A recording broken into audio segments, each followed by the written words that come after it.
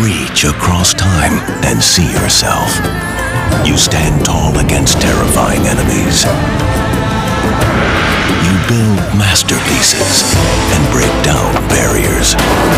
You rush into the future and meet your past. For every time, at every moment, the official network of every millennium. The History Channel, where the past comes alive.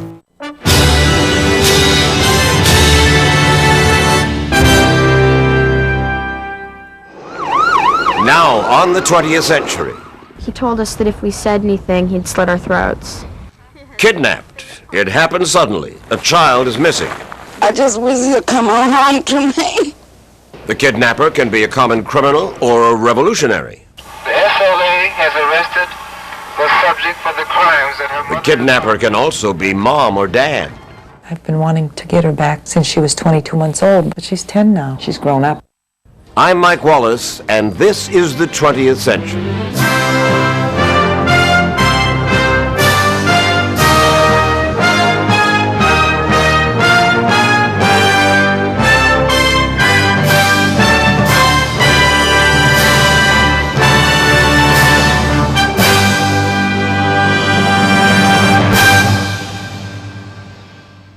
For most parents, it is a nightmare come to life.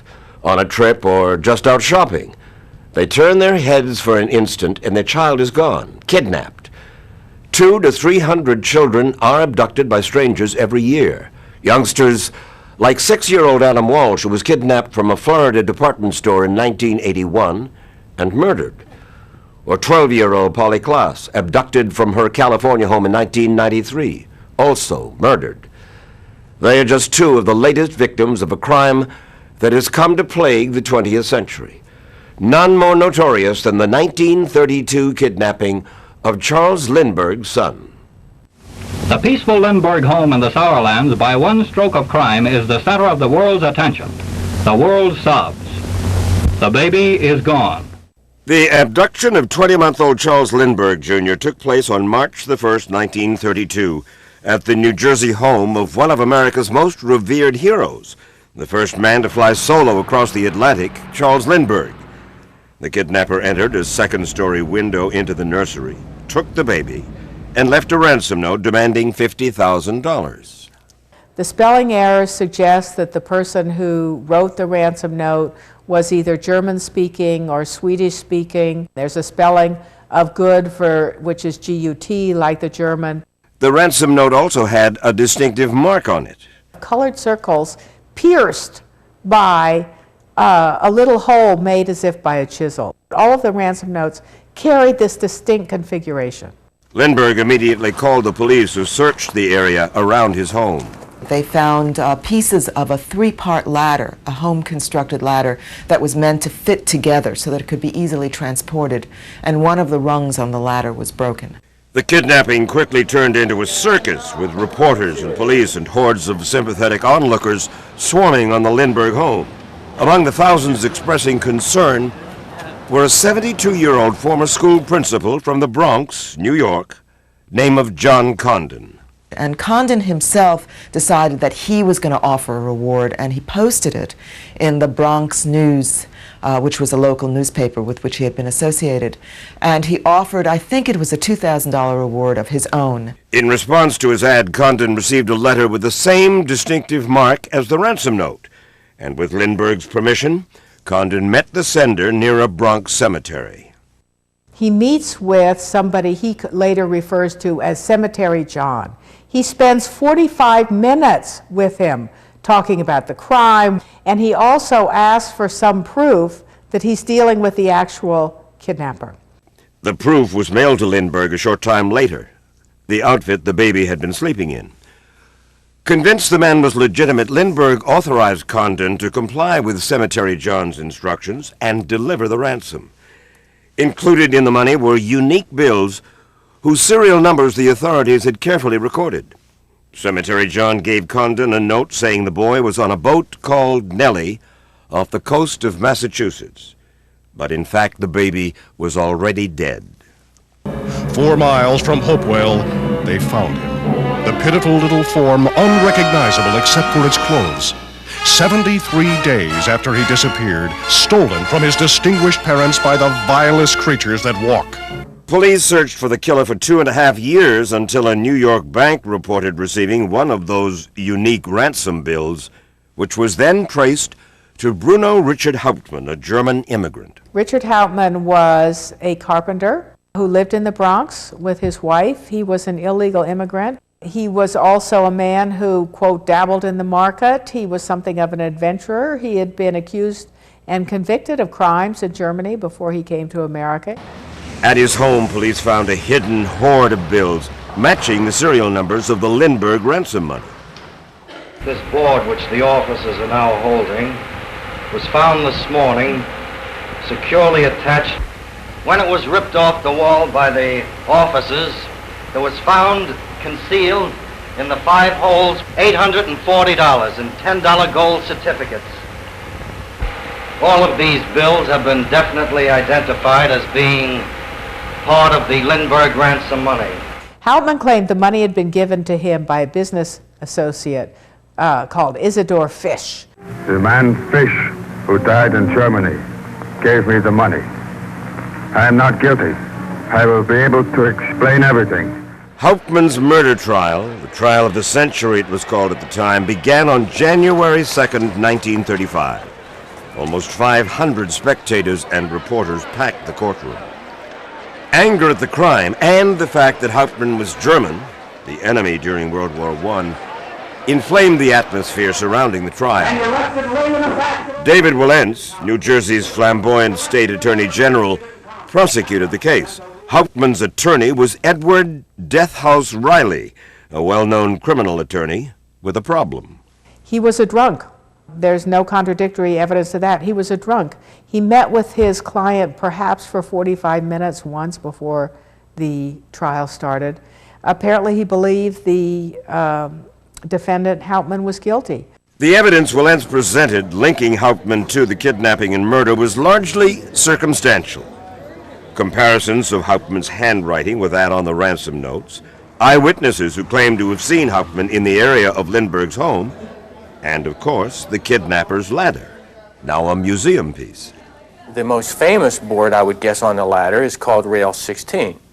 It's one of the side rails. It's right here, this lighter piece of wood. After Hauptmann's arrest, the police found in his attic the board they believe this board had been cut from. That is to say... From his attic? From his attic.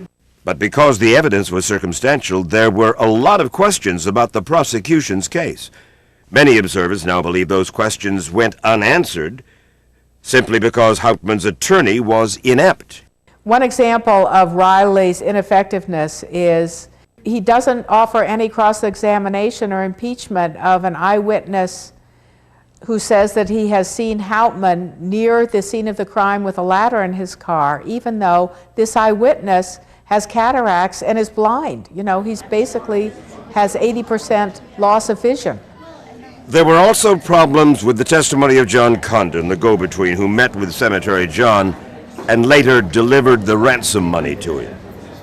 Condon's testimony at trial contradicted what he had said immediately following Hauptmann's arrest. When Condon is brought in the police station, September of 1934, he talks to Richard Hauptmann. He looks at him. He looks at his hand. He looks at his hair color, his eyes, his height, his weight. And he says, "Wrong man." So fast forward now to the trial. Condon is now on the stand. Condon's on the stand, and he's asked, do you see in the courtroom the person who you met with those 2 occasions? Bruno Richard Hauptmann. He identifies Richard Hauptmann. The jury never learned that Condon had changed his mind. After 6 weeks of testimony, the jurors took 11 hours to decide Hauptmann's fate. The sentence, death by electrocution, was carried out on April 3rd, 1936. And so, silent and stolid, Hauptmann goes to the chair of doom, paying with his life for the crime that rocked the world. Now, the newspapermen who saw the execution rush to flash the news to all the world from their Death Watch press room. Flash, United Press, Trenton, Hauptmann executed, 8 47 1/2. After her husband's death, Anna Hauptmann continued to maintain that he was innocent. In 1981, she got a New Jersey court to re-examine the case, claiming that the prosecutor and the police had falsified evidence. There was immense pressure. The police wanted to solve the case. They needed closure. Some people knew they were putting an innocent man in the electric chair. Other people, I think it was wishful thinking. They wanted to believe Richard Hauptmann had to be guilty. He was the only viable suspect they had in 2.5 years because he possessed part of the ransom money. But Anna Hauptmann failed to convince the court that her husband's rights had been violated, and her suit was dismissed. Former FBI agent Jim Fisher, who wrote a book about the case, agreed with the court. Two separate issues. Was he guilty? Did he get a fair trial? A guilty person can be railroaded. Just because someone gets an unfair trial is not evidence that they're innocent. After the Lindbergh kidnapping, Congress passed what came to be known as the Lindbergh Law. It made kidnapping a federal offense punishable by death. It also permitted the FBI to join any investigation in which the victim had not been returned within 72 hours. Later, the time was reduced to 24. In fact, the FBI didn't wait 24 hours to get involved with the kidnapping of another child of a prominent family. The story of Patty Hearst. There's been a big kidnapping on the West Coast. The victim is Patricia Hearst, the daughter of newspaper executive Randolph Hearst and a granddaughter of the legendary William Randolph Hearst. It was February 4th, 1974. Patricia Hearst was a 19-year-old sophomore at the University of California at Berkeley.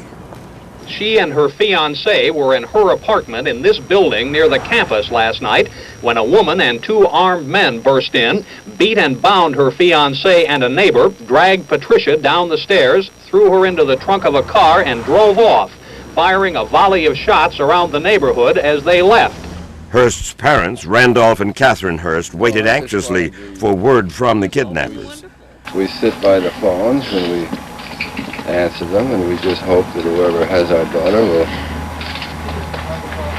turn her loose. Finally, a local radio station received a letter and a tape recording from the kidnappers. I'm not being starved or beaten or unnecessarily frightened. Also on the tape was the voice of a man who identified himself as Sin Q, head of something called the Symbionese Liberation Army.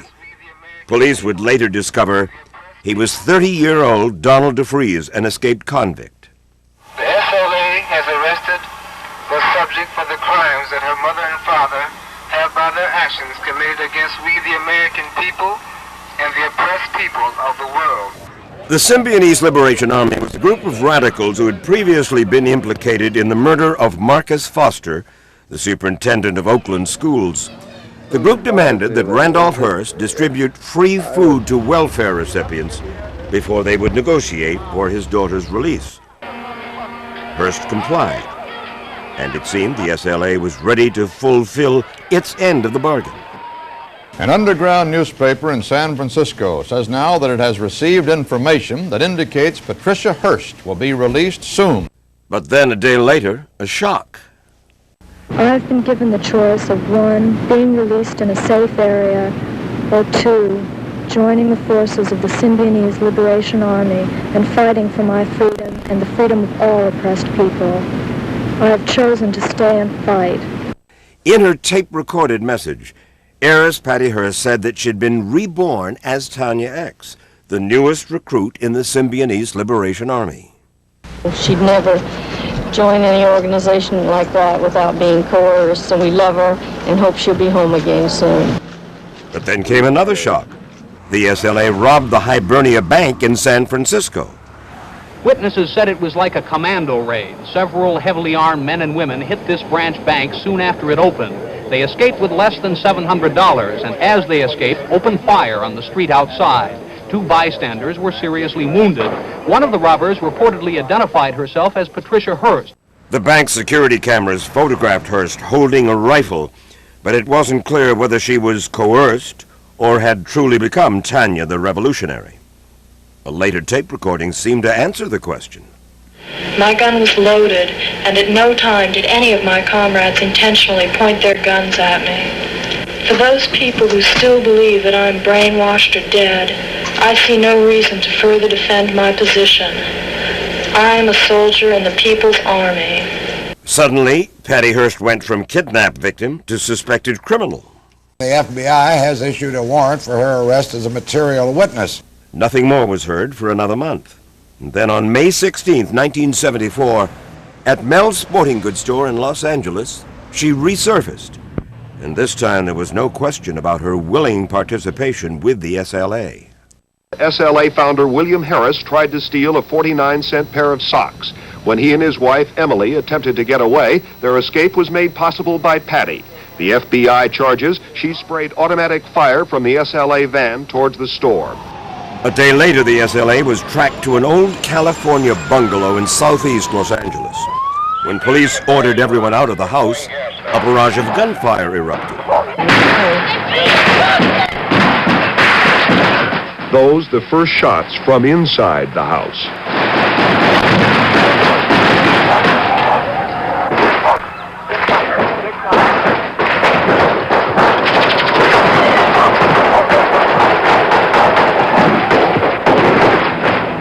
The SLA had carbines, automatic weapons, firing at such a rate you could see the smoke from the gunpowder coming out of the front windows on the porch.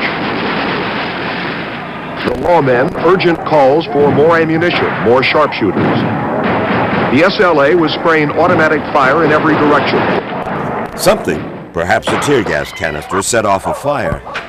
And almost 2 hours after the gun battle started, the house was nothing but charred rubble. 5 people died in the conflagration. Hearst's parents watched the shootout live on television, not knowing whether their daughter was in the house or not.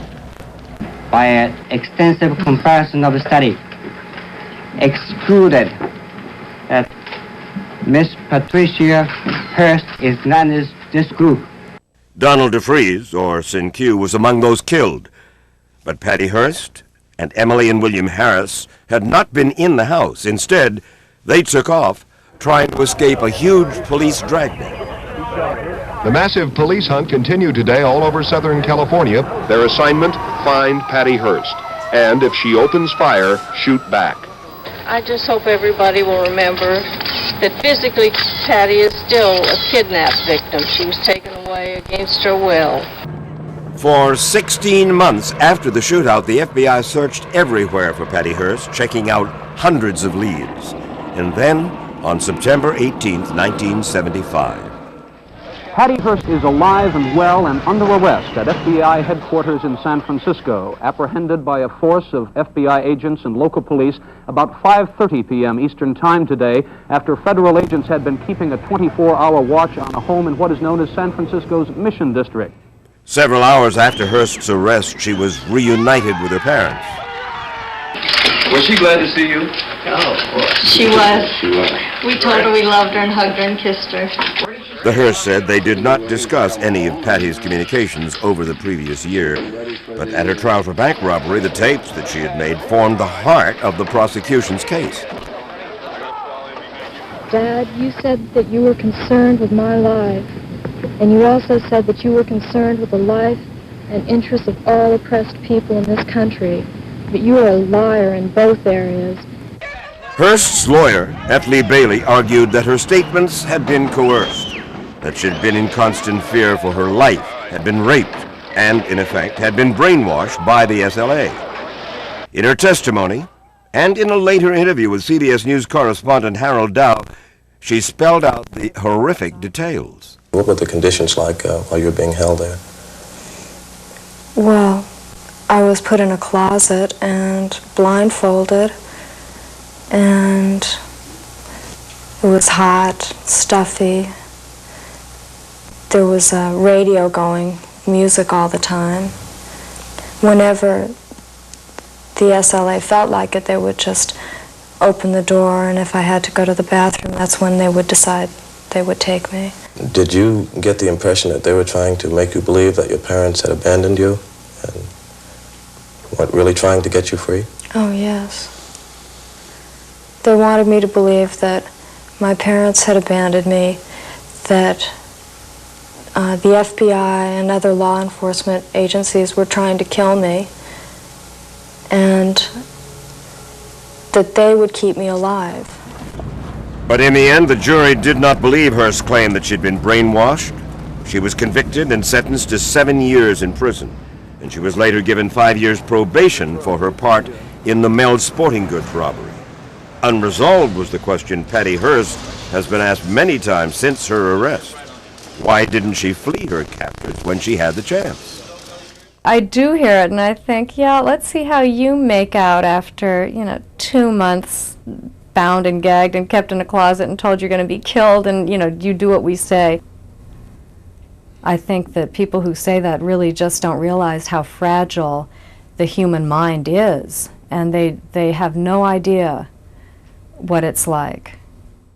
By the 1980s, the number of kidnappings for ransom had declined, but the kidnapping of the young had not. In 1981, the abduction and murder of 6-year-old Adam Walsh from a Florida department store seemed to signal the beginning of a brutal series of child kidnaps and murders that plagued the nation in the 1980s. None worse than the ones in Atlanta, Georgia. It all started here 2 years ago. On July 28th, a woman was walking along this wooded road looking for aluminum cans to turn in for money when she approached this embankment. People often dump things from passing cars here. At the bottom, she saw a body, which had also presumably been dumped from a car the previous night. It was 14-year-old Edward Smith. He had left home 8 days earlier to go to a skating rink. He had been shot to death. Nearby lay the body of his friend, 13-year-old Alfred Evans. When Evans and Smith were abducted and murdered in July 1979, the police in Atlanta, Georgia had no idea there was a serial killer on the loose. Then 4 months later, 2 more victims were discovered, 14-year-old Milton Harvey and 9-year-old Yusuf Bell, and the murders continued. In a little more than a year, 8 Atlanta children have been found strangled, bludgeoned, or shot to death. 6 others are missing. Police are puzzled by these killings in which all of the victims are inner-city black children, most of them boys between the ages of 8 and 15 years old. Frightened parents pressured the police, who finally formed a 20-person task force to investigate the crimes. Volunteers also joined in the search for clues to the killer, but all that turned up were more bodies. The disappearance of Chuck Geter brings to 16 the number of missing and murdered children in Atlanta. I don't know, Lord. I don't know. I really don't know. I just wish he'd come on home to me. Geter, like several of the boys, had last been seen outside a shopping center trying to earn some pocket change. The search dog later followed his scent from the shopping center through a wooded area and then to a residential street where it lost the scent. Police believed Geter got in a car with his kidnapper. His body was found 5 weeks later. A man looking for illegal rabbit traps made the discovery 9 miles from the Atlanta shopping center where Chuck Geter was last seen 5 weeks ago. By March of 1981, the number of black children kidnapped and murdered had risen to 19. Families of the 19 murdered children in Atlanta shared their sorrow Sunday night. In a special ceremony attended by 600 people, the families stood together in prayer, holding hands before 19 lighted candles in honor of the memory of their children. As the number of murders grew, the FBI joined the investigation. Because all the victims were black, many Atlanta residents believed that white supremacists were responsible for the killings. But based on a profile they'd created of the killer, the FBI disagreed. We felt it was a black-on-black crime, and we felt that the individual was not being caught because, being black himself, he could blend into that scene where these young men were being snatched. According to the FBI profile, the kidnapper was between his mid-20s and mid-30s. He was said to be bright, adaptable, even arrogant, qualities that would ultimately lead to his undoing. As efforts continue, authorities are considering adding 11-year-old Patrick Baltazar to the list of missing children. Baltazar, like 19 other young black males, later turned up dead. The discovery of his body, however, became a turning point in the case. Hair and fibers found on the body matched those found on 5 previous victims. Once that became known, suddenly more victims began showing up in Atlanta's Chattahoochee River, an effort by the killer, police believed, to wash away the evidence. An autopsy identified the drowning victim as 21-year-old Eddie Lamar Duncan, and after police said his case fit certain patterns, the special task force looking into the child slayings joined the investigation. Several hours after Duncan's funeral, services were conducted for 13-year-old Timothy Hill. He was a friend of Duncan's, and his body, too, was found in the river 1 day after Duncan's. Once the killer had established a pattern of dumping the bodies into the river, the FBI and police began staking it out. And on May the 22nd, 1981, at 2:30 in the morning, a stakeout team reported hearing the splash of an object falling into the river. And when asked about it, that night the subject told police he had dumped a bag of garbage into the water. He was released, but surveillance of him subsequently began. the subject was Wayne Bertram Williams, a 23-year-old black man who lived with his parents. After the splash, he was seen driving his car slowly across a bridge over the Chattahoochee. 2 days later, police pulled another body from the river.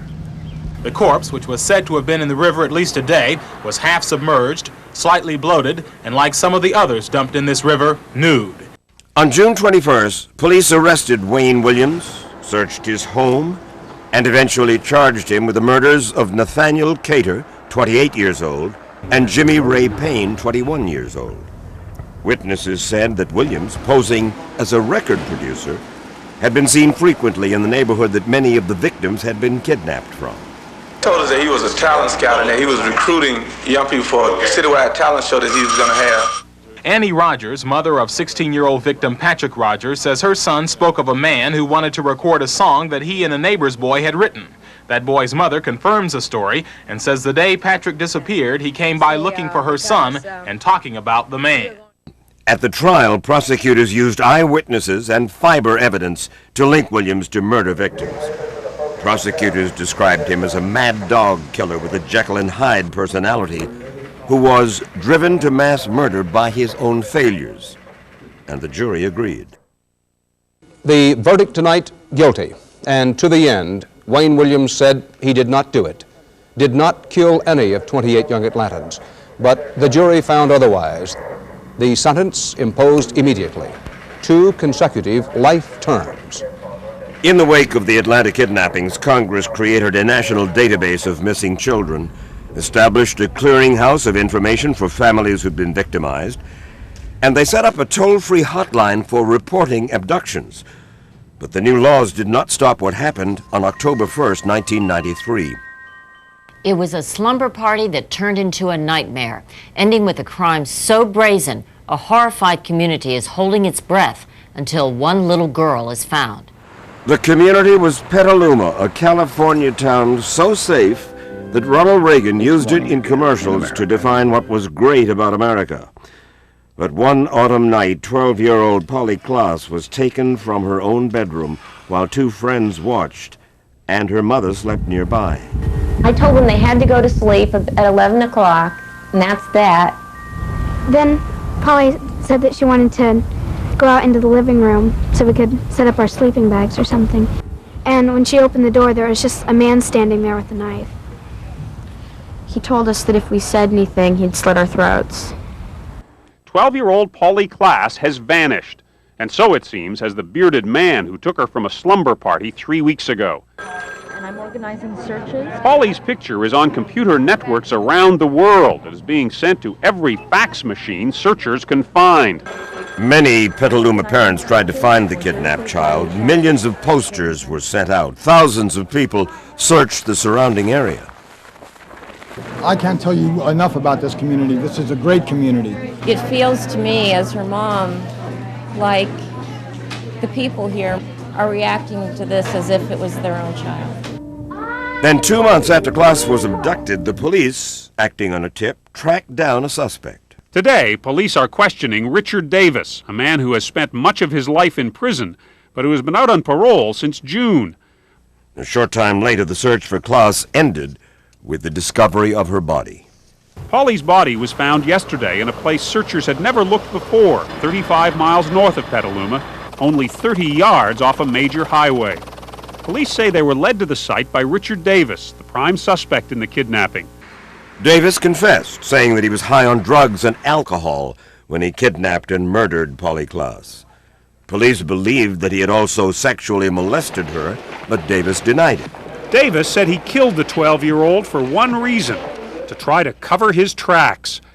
"I couldn't send her back home," he said. "I'd be right back in the joint." Richard Davis was convicted of murdering Polly Klaas and was sentenced to death. The fact that he had a history of violent crimes and had been paroled from prison enraged private citizens and politicians alike.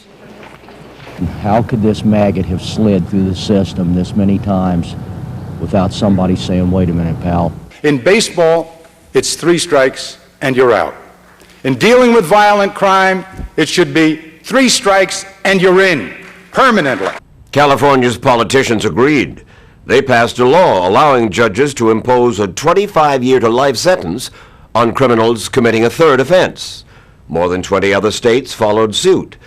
And a year later, New Jersey passed the so-called Megan's Law, requiring authorities to notify residents when a dangerous sex offender moved in nearby.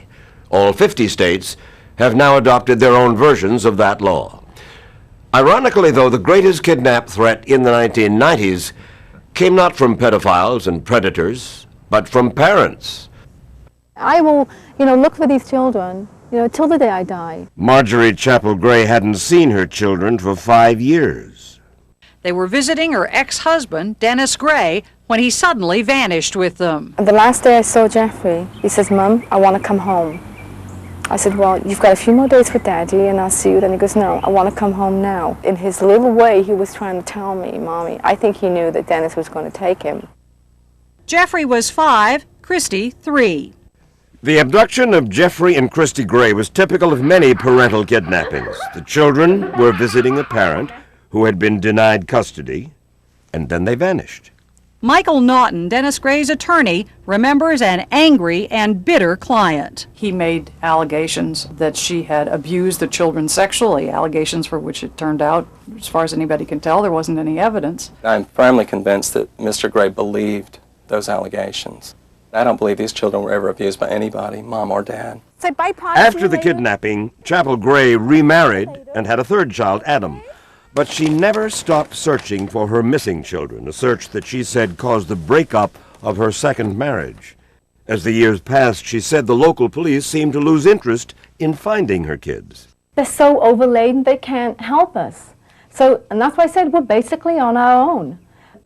As a result, Chapel Gray hired her own private investigators. The search turned up nothing, and she said nearly drove her into bankruptcy. Then she contacted Don Wood, head of Child Watch, a non-profit group specializing in tracking down kidnapped children. Wood questioned relatives of Dennis Gray and his new wife. The case broke when investigators traced phone calls from here, the small town of Willow Springs, Missouri, to family members back in Florida. Family members who are believed to have helped Dennis Gray hide for 5 long years. This is where they was living at in this Winnebago. Living off the land, I guess. I'm not sure what they were doing here, trying to stay hid. Dennis Gray, who renamed his children Michael and Nancy, hadn't sent them to school for fear of discovery, so the only education they got was at home. Were you scared of the police? Not really. No? Scared that my father might get shot. If this were a stranger taking the children, that would be kidnapping. This is not considered kidnapping? No. Concerning Florida, it's removing the children from the state of Florida against a court's order, which is a third-degree felony. Parental kidnappings are not covered by federal laws. In fact, many states look at parental kidnapping quite differently from other kinds of abductions. Most people assume that a child who's kidnapped in a custody dispute is kidnapped as a result of love, not as a result of some messy or nasty sadistic impulse. Punishing Dennis Gray for violating custody orders was a relatively straightforward judicial matter. But returning his children to a parent they barely remembered was far more difficult. Chapel Gray agreed to let them live with Don Wood's family until they were ready to return home. How do you feel about your mother? I don't like her. What don't you like about her? Just what she did to us. Sometimes she'd lock us in a room. Remember that.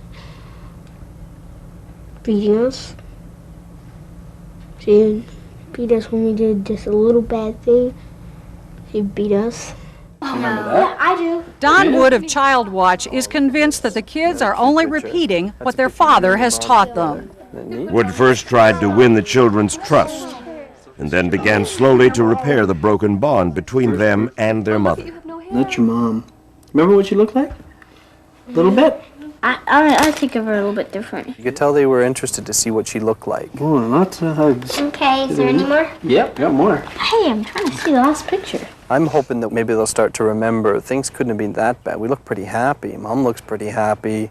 After 3 weeks, the children were finally ready for their first contact with their mother. Hello. A voice they haven't heard in 5 years. There's your phone and there's your phone. Okay, go ahead. Hey. Hi. Hello, guys. Guess who this is? It's Mom. How you doing? Fine. I cannot wait to see you guys. And a reaction that takes everyone by surprise. I do still love you. Oh, thank you. You know what? I love too. you bunches. Thank you so much. I have loved you and I've missed you so much. And then, 3 weeks after the phone call, the moment Chapel Gray had longed for. Here they are. Here they are. There she is. It's like having a baby again. That's how I feel. It's like today I get to have my children. Get it out! Ellie, jump on! There you go! Pick it! Chapel Gray found her children, but Cheryl Lamar's kidnapping nightmare seemed never-ending. I've been wanting to get her back since she was 22 months old, but she's 10 now. She's grown up. Lamar is a New Hampshire hairdresser, twice married and the mother of 5. Her ordeal began with her first marriage to Stan Vulgarellis, a native-born Greek, with whom she had 2 children, Ellie and Jamie. I was never happy with Stan. In 1988, when Ellie was 3, unhappiness turned to panic. Ellie started telling me things. Cheryl was helping her in the bathroom. And she said that she couldn't because it hurt because her father, did things to her there. And Ellie said Stan did things with Jamie, too. In September of 1988, Cheryl fled. I left because my children were being abused. I can look at the A doctor who examined the children reported there was cause for concern, but Vulgarellis denied that he had abused the girls. He filed for divorce, and then he hopped a plane for Greece, taking his 2 daughters with him. It's estimated there are 500 to 600 such international abductions every year. Lamar sued to get her daughters back. A few months later, a Greek court awarded her full legal custody. And she promptly took off to get the girls. The attorney and I went to Crete, and we went to the house where Ellie was playing outside, and I grabbed her. But she couldn't find Jamie. Cheryl had to make an agonizing choice. And I was really afraid because I thought any minute now he was going to come and take her. Leave one child behind to save the other. Her decision to leave without Jamie would begin a tortured odyssey. It began when Lamar turned to U.S. authorities for help. This is a letter to your congressman? Mm-hmm. A Massachusetts grand jury indicted Stan Vulgarellis for kidnapping and child rape in June of 1991. But at the time, Greece did not extradite its citizens, so as long as Vulgarellis stayed put, U.S. law couldn't touch him. For 8 years, Lamar lobbied the State Department and the Justice Department, but no one would help. She made 7 trips to Greece, trying to get help from government authorities there. I've had legal custody. I've had legal custody in Greece for 8 years. Judges, lawyers, bailiffs, even the Greek police have been no help. We never realized the connections he has made to protect himself over there. Frustrated and fed up, Lamar did what Marjorie Chapel Gray did. She got professional help. CTU. Don and Judy Feeney, an ex-Delta Force commando, and his wife have made a career of rescuing children abducted and taken overseas. They joined Lamar as she made an 8th attempt to recover her daughter. Detectives hired by Feeney had traced her daughter, now named Demetra, to a monastery on the island of Crete. Early afternoon, the monastery. Cheryl arrives and hunkers down in the commando's car at the back of the parking lot, out of sight, hoping to grab Jamie.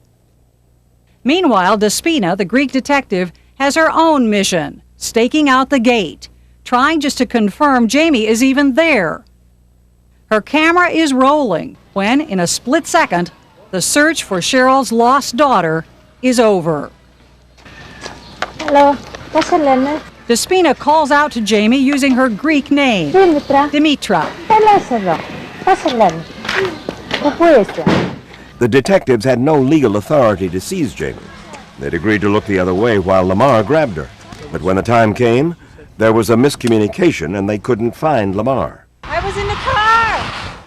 They fail to act, and as quickly as she appears, she is gone. Confusion over language and logistics turns a golden opportunity into a fiasco. How do you feel? I mean, you saw her, but I don't have her. Following the attempt, Lamar's ex-husband found out what was happening and kept close tabs on his daughter, thus making abduction impossible. The bishop of the monastery did, however, allow Lamar to talk with Jamie. She realizes it may be painful I love you. to reach out to a daughter who doesn't know her. I know she's afraid, and I'm sorry that she's afraid. She says that she wants to stay with her father. Yeah, that's all she knows. I don't want to leave my father, she says, even to be with my mother. I always want to be with my father. Always feels bad to leave her. I always try to stay strong, you know, to do what I need to do. And then when it's all done, and there's nothing left to do, then I usually have a hard time. Over the years, the United States has tried to respond forcefully to the kidnapping threat. In 1932, the Lindbergh law made kidnapping a federal crime. In the 1980s, the Reagan administration established a national database for missing children. And in the 1990s, the three-strike law for violent criminals tried to cut down on the threat to children from chronic offenders. In addition, the U.S. joined some 50 other countries in signing an international treaty permitting the extradition of kidnapped children. But despite the new laws, and despite sophisticated new techniques for tracking down perpetrators, kidnapping remained a serious threat to America's children as the century neared its end. I'm Mike Wallace, and this is the 20th Century.